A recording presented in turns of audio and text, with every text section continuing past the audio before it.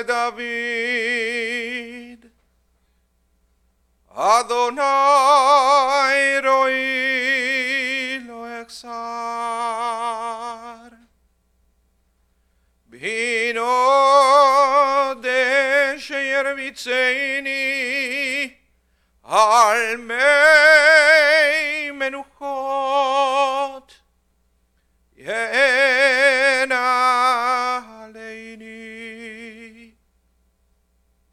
נפשי שובב ינחני במקלי צדק למען שמו, גם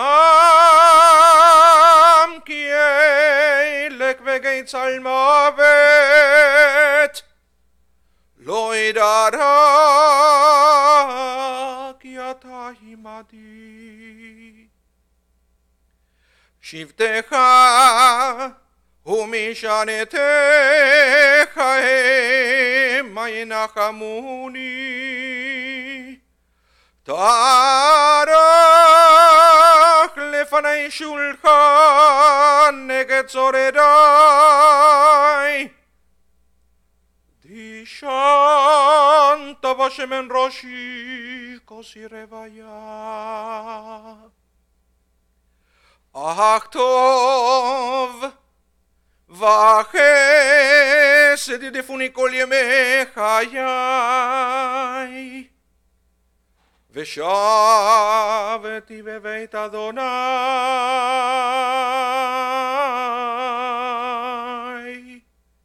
לאורך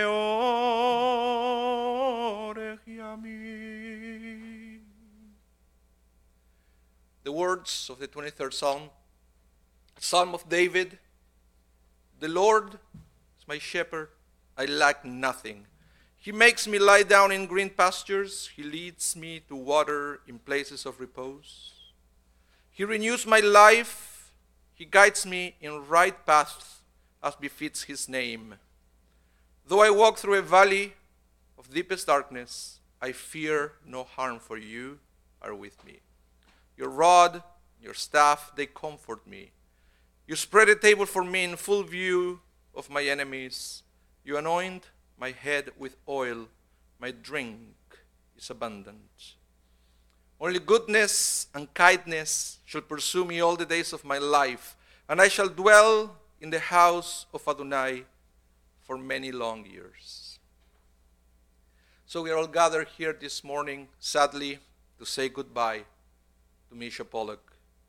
Michal and Shlomo David Besluva Meta, Zichrono Libracha, the son of Sam and Sluva Meta Pollock, blessed memory, the husband of Flint Pollock for some 58 years, the brother of Harvey Pollock, Gordon Pollock, and Cecile Kowal, and also of Myra Kravetsky of blessed memory, the father of Debbie Pollock, and Neil and Michelle Pollock, the grandfather of Benny, Joshua, Elliot, and Shoshana.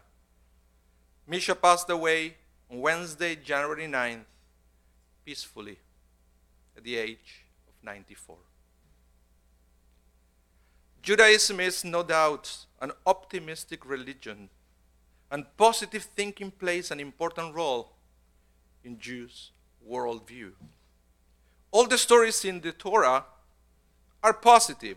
Individuals or the Jewish nation may have experienced difficulties or suffer setbacks, but ultimately they succeeded and good was achieved and prevailed. The fact that all these stories happened not in the context of serenity, stability, and prosperity, but rather on the backdrop of great personal and national obstacles and hardships, shows that Judaism's optimism is not only of a natural sort, but even when against all odds. Today we say goodbye to Mischa Pollock of blessed memory, Alav Shalom, a man who has to navigate many difficulties, setbacks, and tribulation, but, as we are going to hear in a few minutes through the eulogies, he nevertheless thrived, and together with his beloved wife, Lynn, raised a wonderful family and achieved many good things during his life. Mischa wasn't necessarily a shul goer, but that doesn't mean that he didn't express Jewish values in his life. For example, his love for Israel was evident in his strong commitment to defend Jewish ideology and Zionism. Also, as a businessman, he learned the importance of honesty and the value of treating everyone with respect. It is interesting to notice that the Torah is more concerned about financial dealing than it is to keep kosher, for example. The Torah has 24 regulations about keeping kosher and over 100 about economic justice. What you put in your mouth and where you pray says less about your Jewishness than the way you conduct your business. And Mischa was proud about the way he conducted his business. Mischa was also a poet, which is interesting considering that the foundation stone of Jewish poetic creativity is the Bible. At least a third of the Bible is written in different forms of poetry. Mischa immigrated to Canada in 1927 from Uman, Ukraine. Actually, we had a disagreement if it was Ukraine or Russia. But according to Rabbi Google, he's Ukraine. Along with his parents, Sam and Sluba Mehta, and his sister, Myra. He spent his youth growing up in Bethany, Manitoba, later moved to Winnipeg, where he attended St. John's High School. He continued his post-secondary education, obtaining a Bachelor of Science degree from the University of Manitoba. Mischa met his wife, Lynn, in a very interesting way. According to the story published in the Book of Life of the Jewish Foundation, a family friend of Lynn, Ann Becker, was having a tea for her cousin, Doris Margolis, in Regina. Doris was from Winnipeg and told Lynn to come to Winnipeg to meet this bachelor, Mischa Pollock, who was a very successful and well-respected businessman known throughout the Winnipeg community for his department store, Mischa Pollock Clothiers. Doris planned a blind date for them, and 4 months later, on October 2nd, 1960, they got married here at the Shaare Zedek Synagogue. Out of all the meaningful traditions we have in Jewish funerals, perhaps the most important one is the eulogy. This has biblical roots, as we see that our father Abraham eulogized Sarah, his wife. The word eulogy means a good word. Giving a eulogy is a way to honor a person's life. It is also a way to provide comfort to those who are heartbroken. The eulogy expresses sorrow for the loss, yet celebrates and finds meaning in the person's life. When we suffer the loss of a loved one, what is not going to be with us anymore is evident. We go to the cemetery, we bury the body. But what is not so evident is what remains with us in our lives. The eulogy is the tool to remind us that not everything gets buried. In fact, the most important part of our existence, our values, our contributions to society, to friends, to family, etc., stay with us. We just need to be reminded through a eulogy. So to begin the process to eulogize Mischa Pollock, Zichrono Livracha, I would like to invite first his daughter, Debbie Pollock, to come forward. Yes, of course.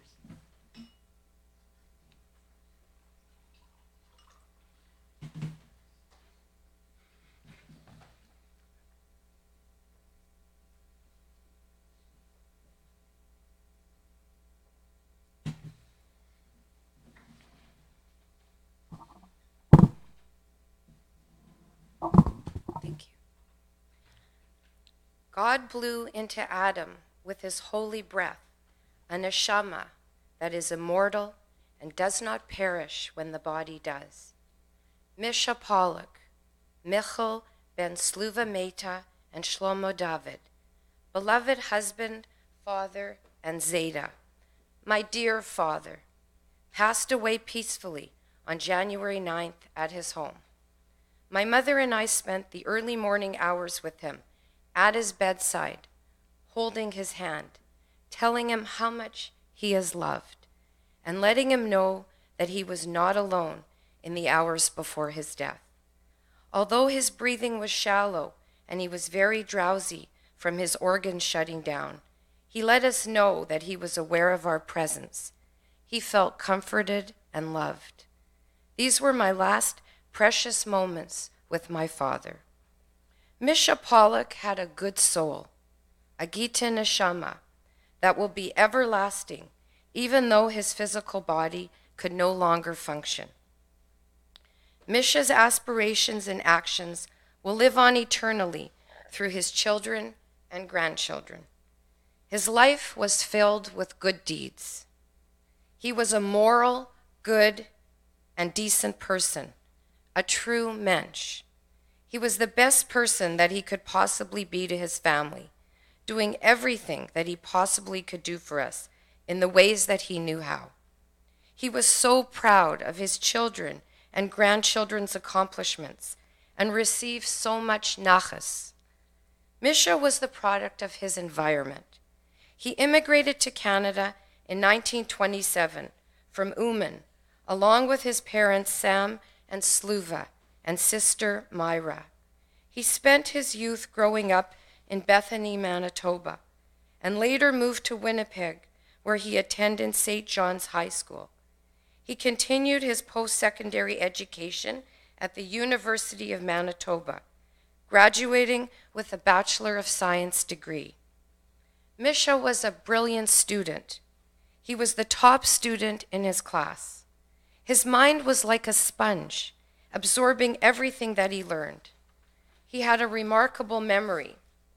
He had a passion for reading, writing, and reciting poetry.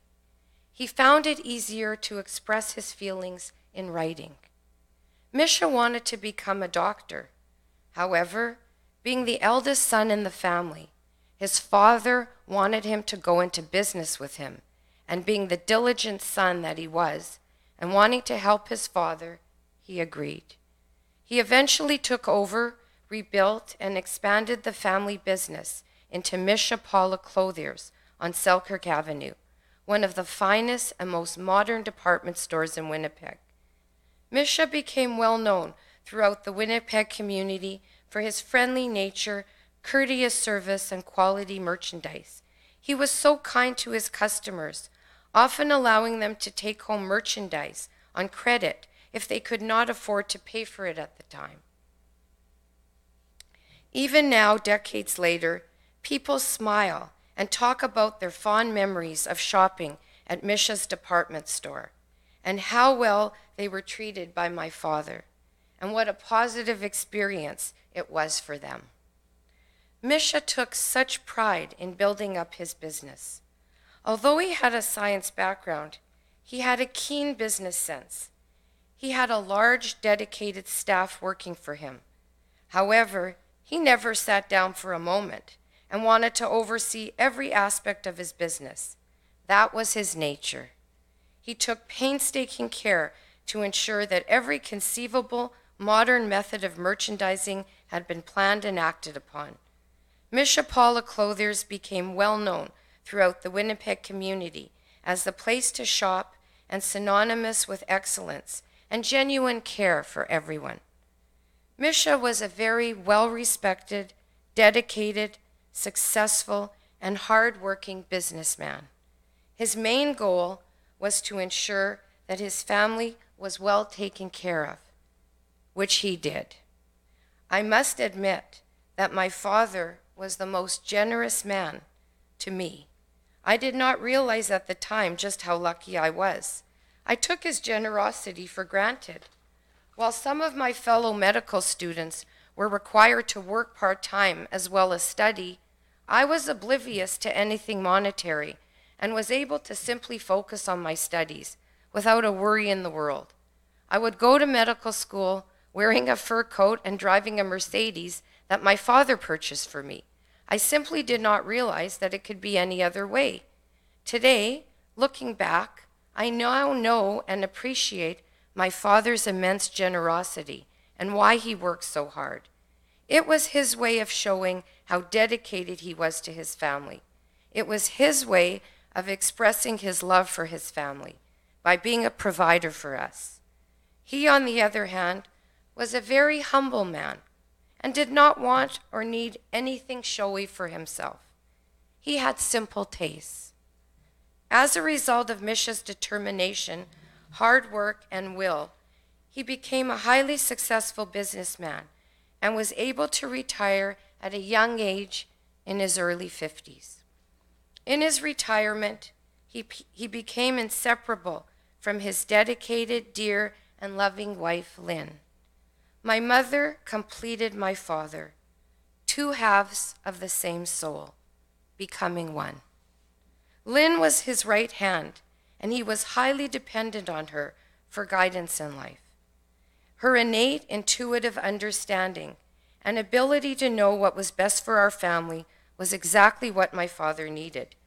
My father had a serious, more inward nature, while my mother was so easy to talk to and emotionally expressive and available.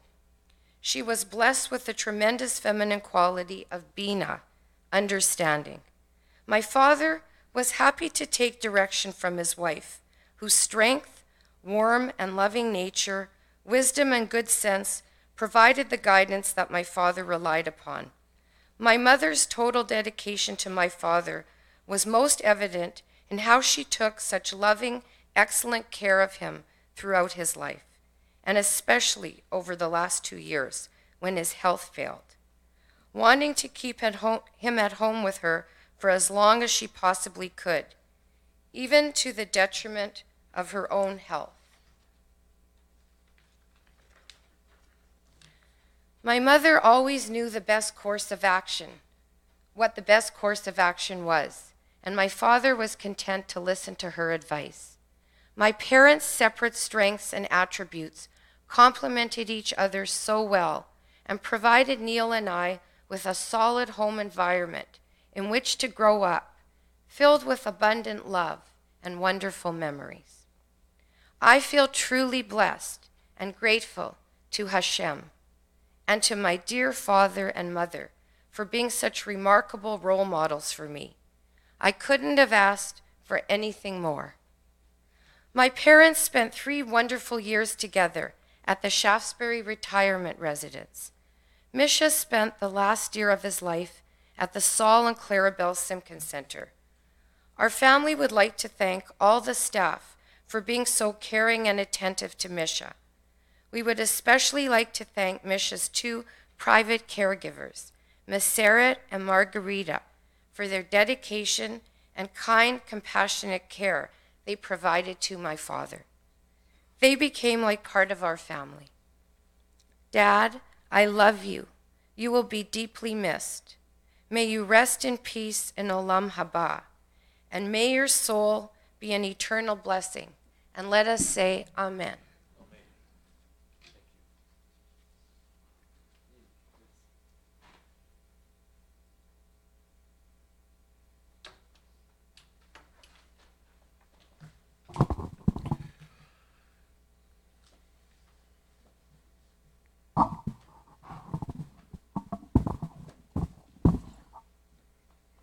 Thanks, Rabbi, and beautiful words, Deb, and thanks, Rabbi. Good morning, and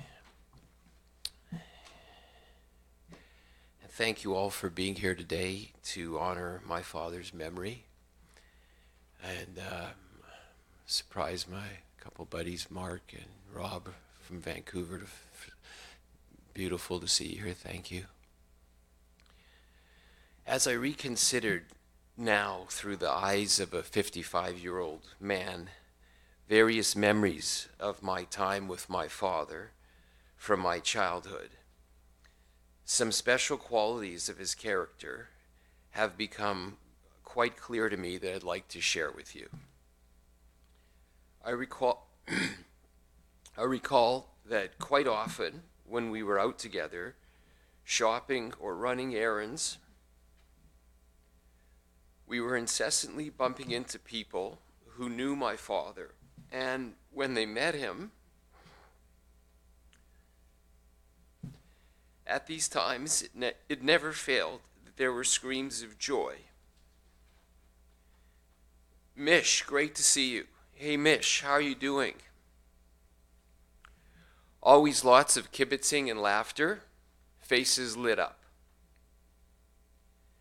Now I understand that was because people truly appreciate other people who are real, who are unpretentious, who have pure hearts, and who are not interested in impressing anyone with anything ever. And that was my dad. And in a world where sometimes people may not always be what they seem to be, it was refreshing to be in my dad's company. He was direct. You always knew where you stood with him. He spoke his mind, sometimes to a fault, but this total genuineness made people comfortable. You couldn't help liking him. He used that unique gift to make Mischa Pollock Clothiers successful. And now I see how his character and personality were the true commodities, not the clothing that could be bought anywhere. Now the store was run by a team that my father inspired. And this team loved him, which is not always something you see in a business. And as my business interests have expanded, I've tried to emulate what I learned from my dad regarding creating a culture where staff and clients are treated with dignity and respect, and where genuine caring and love for people permeates the atmosphere. When I was a child, I saw staff that were hired and stayed for years, often decades, working with my dad.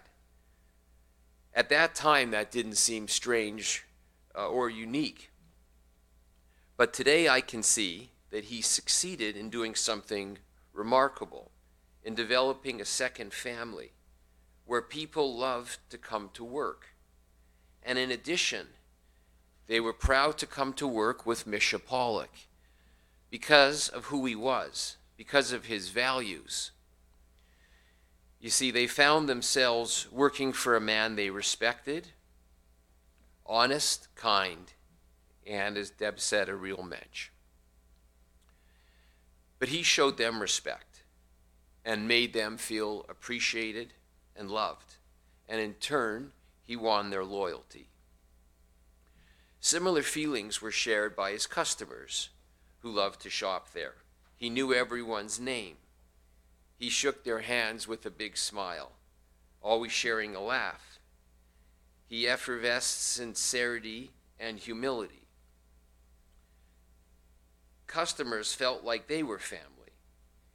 And I don't say this with a shred of hyperbole, because 2 nights ago at this Italian restaurant on Cordon that my mom and sister took me to, a 60-odd-year-old man who may even be here today walked over to us to give us condolences, and he shocked me by saying, "You know, I have to tell you, we all felt like family at his store.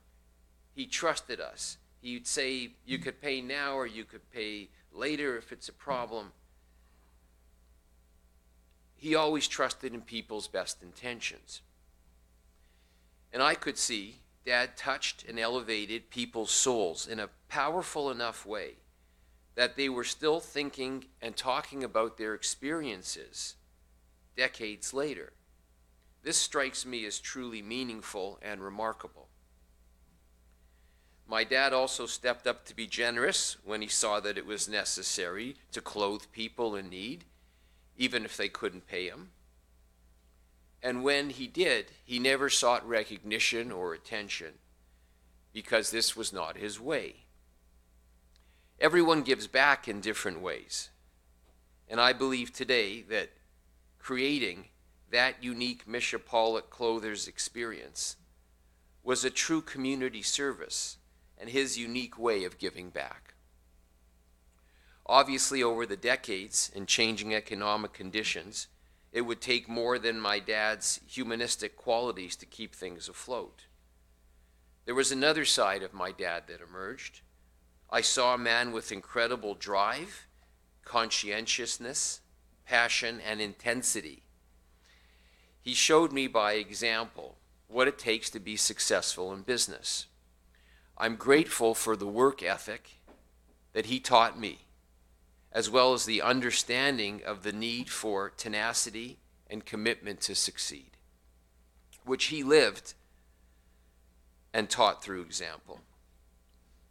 I even heard that once, while doing a renovation at the store, he decided to really be on top of things. He better sleep over at the store for a few days. And he did. Over the top, not for Mish. All in a day's and night's work, I guess. Of course, I'll always be grateful for the love and sacrifices my dad made for us, his family, and all the opportunities that he made available to me, which now will have a lasting impact for my family and my community.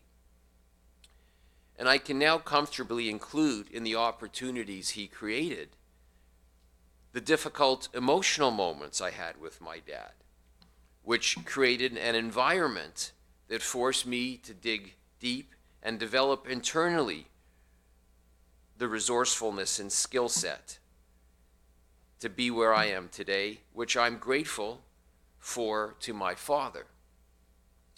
May his soul rest in peace. Thank you. Thank you, Uncle Harvey, please.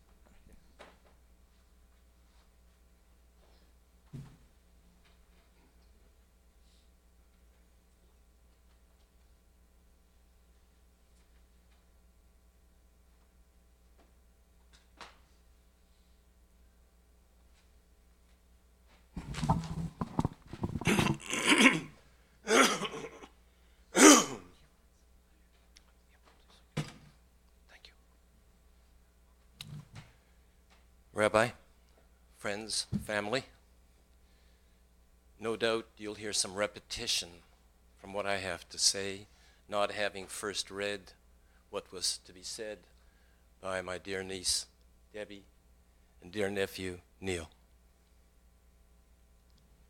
I speak to you as a brother and not as a child.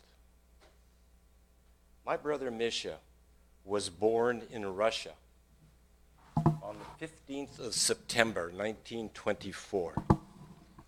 In February of 1927, my father escaped communist Russia with my mother, my sister Myra, and my brother Mischa, and they fled the country.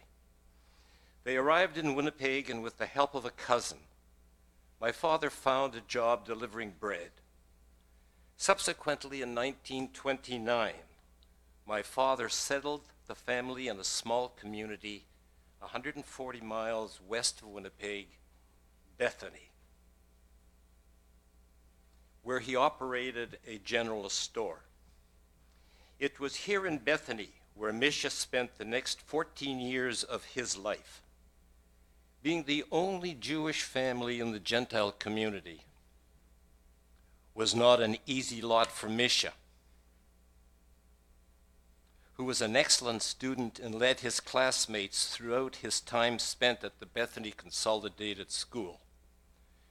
We lived in a house that had no running water, no indoor toilets, and no electricity. And in the wintertime, my father would spend the night often attending the furnace to make sure that it didn't overheat and burn the house down. To be able to read and engage in your school studies during winter months was most difficult because we used coal oil lamps for light. Excuse me. This did not deter Mischa, who loved his studies. Mischa was a devoted and loving son while living in Bethany, and when he was not attending his studies, he worked in the store helping my mother and my father. Unfortunately, Mischa was born with a leaky heart valve. In those days, such a diagnosis was viewed as serious, but not so today. As a result, Mischa was spared the more physical duties around the home and store. This lot fell to my brother Gordon, who at all times spared Mischa at the physical hardship of that duty. Mischa's devotion to family continued throughout his life. He was always prepared to take second place. Mischa always wanted to be a medical doctor. He arrived in Winnipeg, attended St. John's High School, and completed his Latin studies, which he did not have studying in Bethany, which were required for admission to the pre-med program at the university. Mischa completed his studies and entered the pre-med program, completed his bachelor's degree of science in 1944. Mischa was an excellent student, and because of the Jewish quota imposed by an anti-Semitic dean of medicine, he was not accepted. He was disappointed, and I think this disappointment lived with him for the rest of his life. Mischa had an opportunity to work in Toronto in the field of science, but chose not to leave his family in Winnipeg, and ultimately, with the help of our father, took over a men's and ladies' children's store on Selkirk Avenue that was previously owned by my Uncle Johnny. Mischa Pollock Clothiers continued to operate for several years. Mischa was a very particular proprietor, and his store was meticulously run until he sold it and retired, I think in 1980. He found retirement not to be what he wanted and how he wanted to spend the rest of his life, and he went to work as a salesman at Ben Moss Jewelers, where he worked for several years. All of his customers, both in his store and at the Ben Moss Jewelries, remember Mischa with great respect and affection. His dear wife Lynn married, and he married his dear wife Lynn and had two children, Debbie and Neil, who you've heard from this morning, both physicians. And it is from their achievements that Mischa lived vicariously with great joy. Mischa was a quiet, reserved, and caring person. He refused to engage in confrontations. He was, to some degree, introverted and humble. He was not a person to show off. His aspirations were guided by his own view of success. I believe that the refusal for entrance to the Faculty of Medicine was a great disappointment, which he lived with. Mischa's last years were very difficult. He accepted his fate and was not afraid of death. Neil, or Debbie, I'm not sure which of you, referred to Mischa his love for poetry. My father was a poet, a very prolific poet, a Jewish poet, whose poetry is now with the Jewish Heritage Foundation. And Mischa must have taken his skill from my father. Now, if we had the choice of living our lives over, I am sure that Mischa would have been more deferential to his own well-being. Mischa has unfortunately missed many joys that life offered. I loved my brother Mischa. I tried to spend as much time as I could with him during his time in hospital and at the Simpkins Center and wherever. Mischa will be missed by his loving brother Gordon and sister Cecile and loving brother Mon-Thu. Now, I remember that he often recited Browning, one of his favorite poets. And one of his favorite pieces of poetry was Crossing the Bar.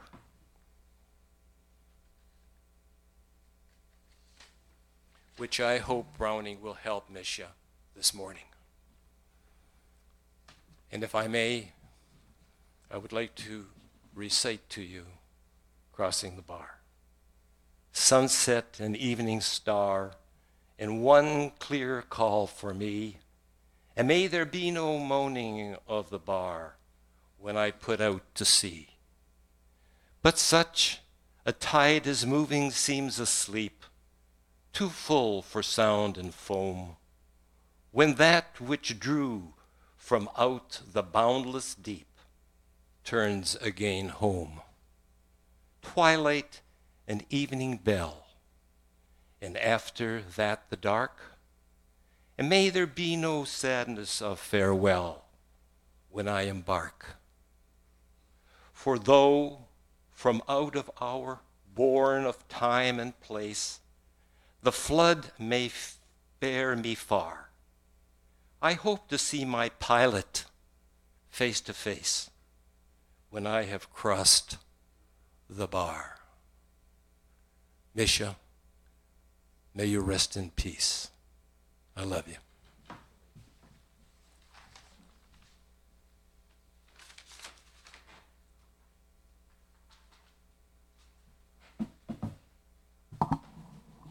Thank you, David, Neil, and Harvey,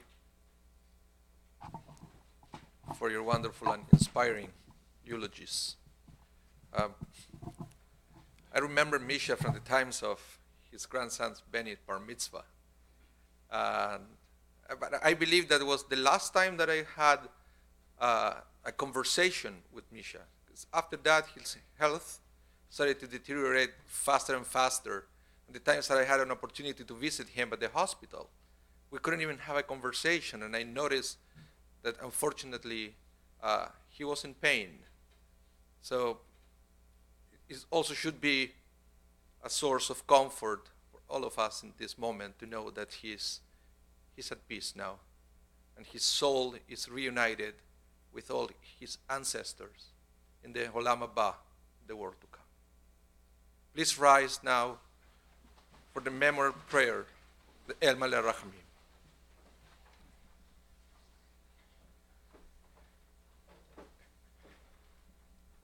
El Maleh Rachamim, Shochem Bameroimim, Hametze Menucha Nechona, Tachat Kafei HaShechina, ומעלות קדושים, קדושים וטהורים, כזוהר הרקיע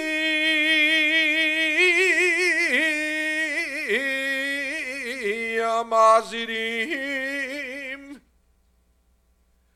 את נשמת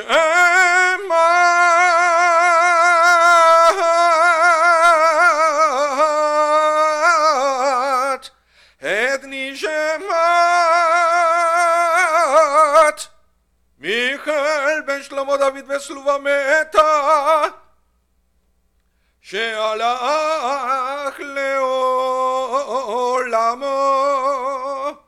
בעבור שאנחנו מתפללים ועד הצקרת נשמתו בגן עדן,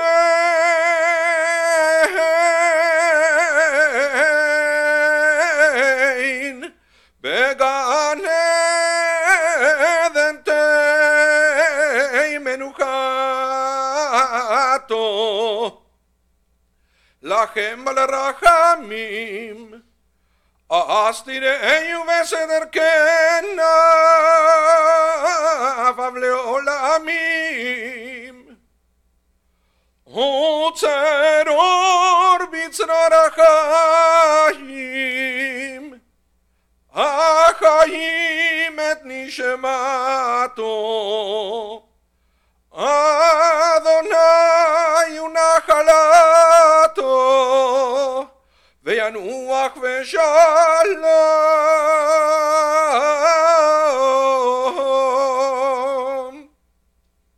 על משכבו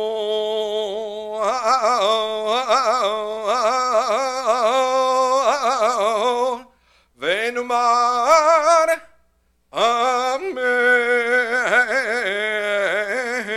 Amen. God, full of compassion, dwelling on high, grant proper rest in the shelter of your presence, in the ranks of the saintly and pure, radiant like the bright heavens, to the soul of Mischa Pollock, who has gone to his eternal home. As we pray that his soul be remembered, may he rest in the Garden of Eden.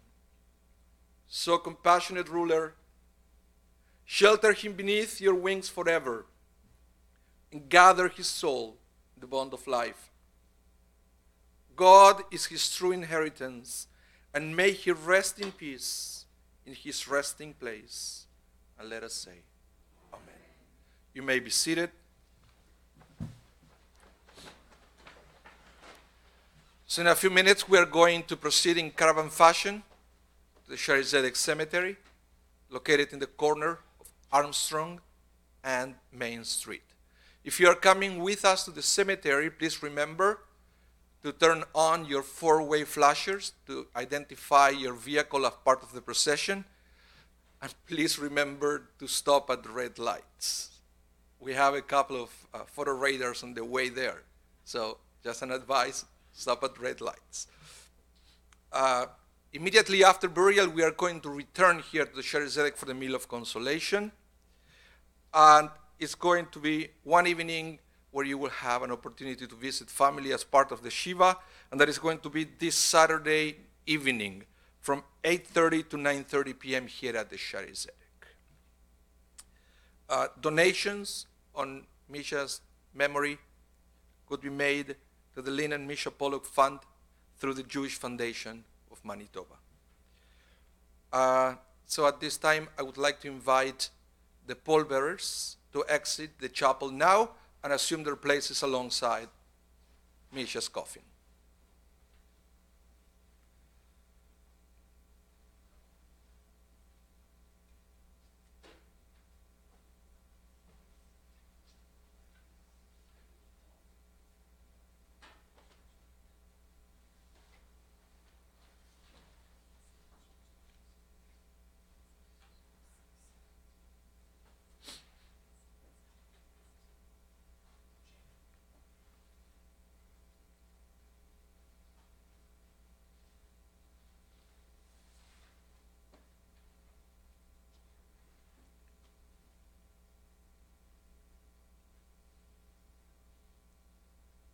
Following the Shari Zedek tradition, the family leaves now to proceed to their transportation.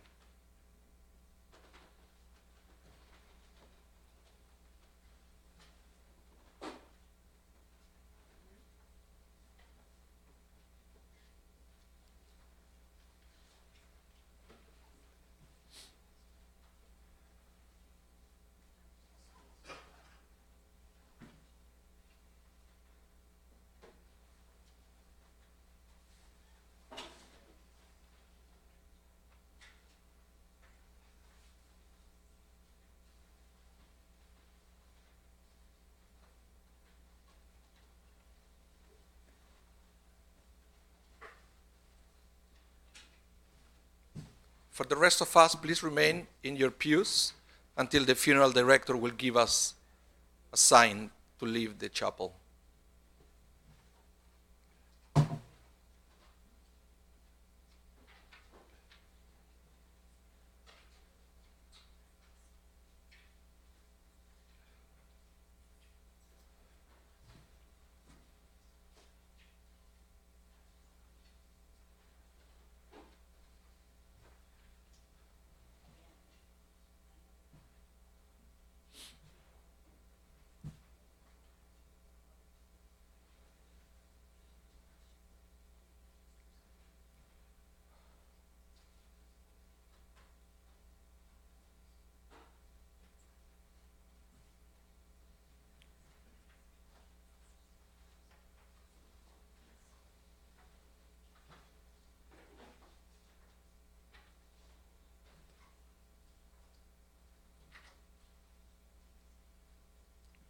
Please remember, once you exit the building, to form 2 lines outside through which the coffin could find its way into the hearse. Thank you all for coming.